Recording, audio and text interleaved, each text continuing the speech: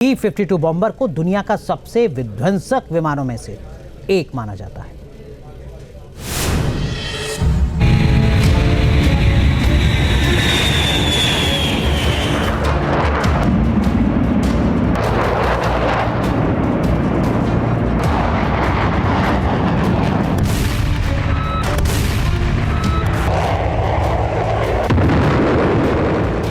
क्या ब्लैक सी में हो सकता था बड़ा टकराव?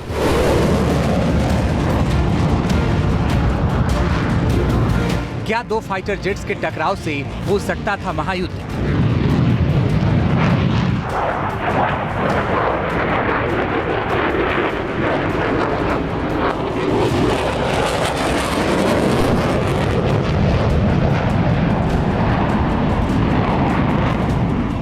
अमेरिका के बाक्सडेल एयरबेस में जब भी 52 बॉम्बर ने उड़ान भरी तो दुनिया में हलचल मच गई। रूस परेशान हो गया, पुतिन के होश उड़ गए।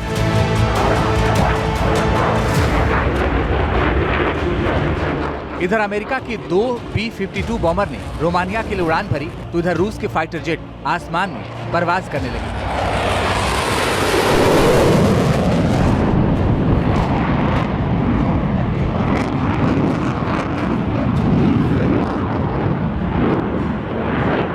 बताया जा रहा है कि काला सागर में एक वक्त ऐसा आया जब रूस और अमेरिका के फाइटर जेट आमने सामने आ गए थे।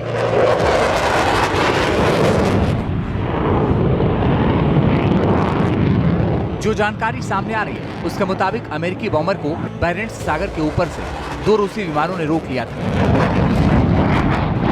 लेकिन यहाँ अमेरिका के विमानों ने अपना रास्ता नहीं बदला और न ही आसमान में रूस और अमेरिका के लड़ाकू विमानों के बीच में कोई एनकाउंटर हुआ। अमेरिकी विमान अपनी प्लानिंग के हिसाब से आगे बढ़ता रहा। अमेरिका के B-52 बॉम्बर को रोमानिया पहुंचना था और वो अपने वक्त के हिसाब से उत्तरी रोमानिया के मिहेल कोगुलनिकेनु एयरबेस पर भी पहुंच गया।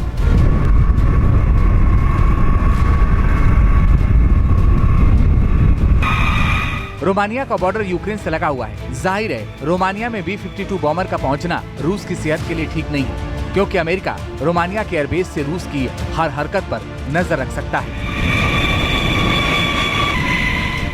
रोमानिया के मिहेल कोगुलनिकेनु एयरबेस पर नाटो के लड़ाकू विमान पहले से ही मौजूद है और B-52 बॉम्बर की मौजूदगी से रोमानिया की ताकत और बढ़ गई है।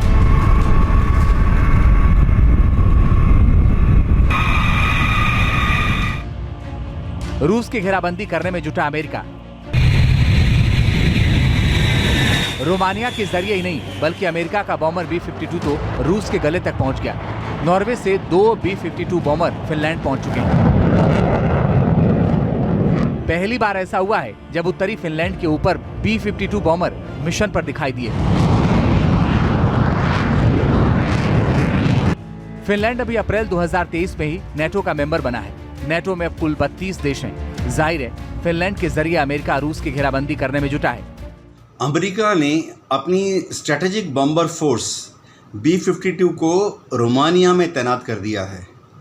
वहां से उड़ते हुए ये B-52 स्ट्रेटेजिक बॉम्बर्स बेरेंट्स सी और ब्लैक सी के ऊपर रेगुलर गश्त दे रहे हैं। ऐसा करके अमेरिका रोमानियन एयरफोर्स की मदद से यह दिखलाने की कोशिश कर रहा है कि रूस और यूक्रेन के युद्ध में अगर अमेरिका चाहे तो शॉर्ट नोटिस पर ही B-52 स्ट्रेटेजिक बॉम्बर विमान को रूस के विरुद्ध तैनात कर सकता है। फिनलैंड की सीमा रूस से लगती है, मतलब क्लियर है अगर रूस जरा सी भी हिमाकत करता है तो फिनलैंड में तैनात नेटो के लड़ाकू विमान उसका मुंहतोड़ जवाब देंगे।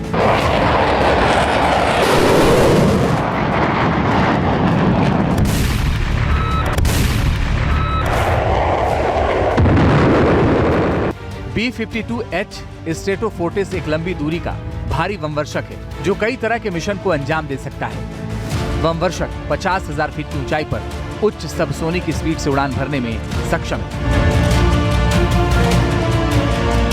ये दुनिया भर में सटीक नेविगेशन क्षमता के साथ परमाणु अटैक कर सकता है। अमेरिका ने अभी हाल ही में B-52 बॉम्बर को अपग्रेड किया है। जानकार मानते हैं कि अमेरिका ने ऐसा रूस की ओर से बढ़ते खतरे को देखते हुए ही किया है। B-52 बॉम्बर पहले ही बेहद ही ताकतवर लड़ाकू विमान है। कई विध्वंसक मिसाइलें और बम से लैस है।